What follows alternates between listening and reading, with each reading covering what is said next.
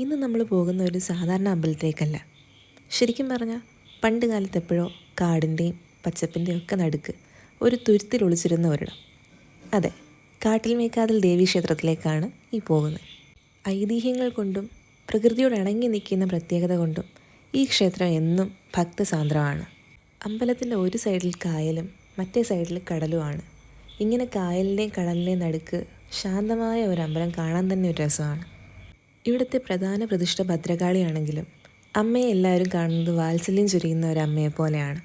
ഒരുപാട് ഐതിഹ്യങ്ങളും കഥകളും ഉണ്ട് ഈ അമ്പലത്തിനെ ചുറ്റിപ്പറ്റി. ഈ അമ്പലത്തിനെ പറ്റി അറിയുന്നവർക്ക് തീർച്ചയായിട്ടും അറിയാം എന്തുകൊണ്ടാണ് ഈ അമ്പലം മറ്റമ്പലങ്ങളെക്കാളും വ്യത്യസ്തമായി നിൽക്കുന്നു എന്നുള്ളത്. അതുതന്നെ ഇതിനെ മണികെട്ടമ്പലം എന്നും പറയാറുണ്ട്.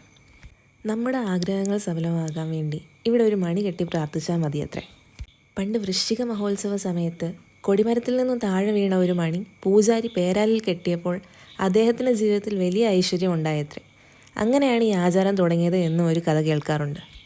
സത്യം പറഞ്ഞാൽ ഇത് കാണുമ്പോൾ തന്നെ നമുക്കൊരു പോസിറ്റീവ് എനർജി കിട്ടും. ഇനി മണി കെട്ടി പ്രാർത്ഥിച്ച് ആഗ്രഹം സഫലമായാൽ ദേവിക്ക് പൊങ്കാല ഇടുന്നത് ഇവിടുത്തെ ഒരു പ്രധാന വഴിപാടാണ്. എല്ലാ ദിവസവും ഇവിടെ പൊങ്കാല സമർപ്പിക്കാം എന്നുള്ളതും വലിയൊരു കാര്യമാണ്.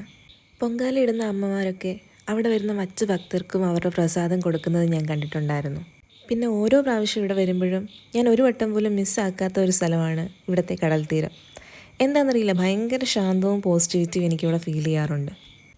അപ്പോൾ ഇത്രയൊക്കെയാണ് നമ്മുടെ കാട്ടിൽ മേക്കാതിലമ്മയുടെ വിശേഷങ്ങൾ.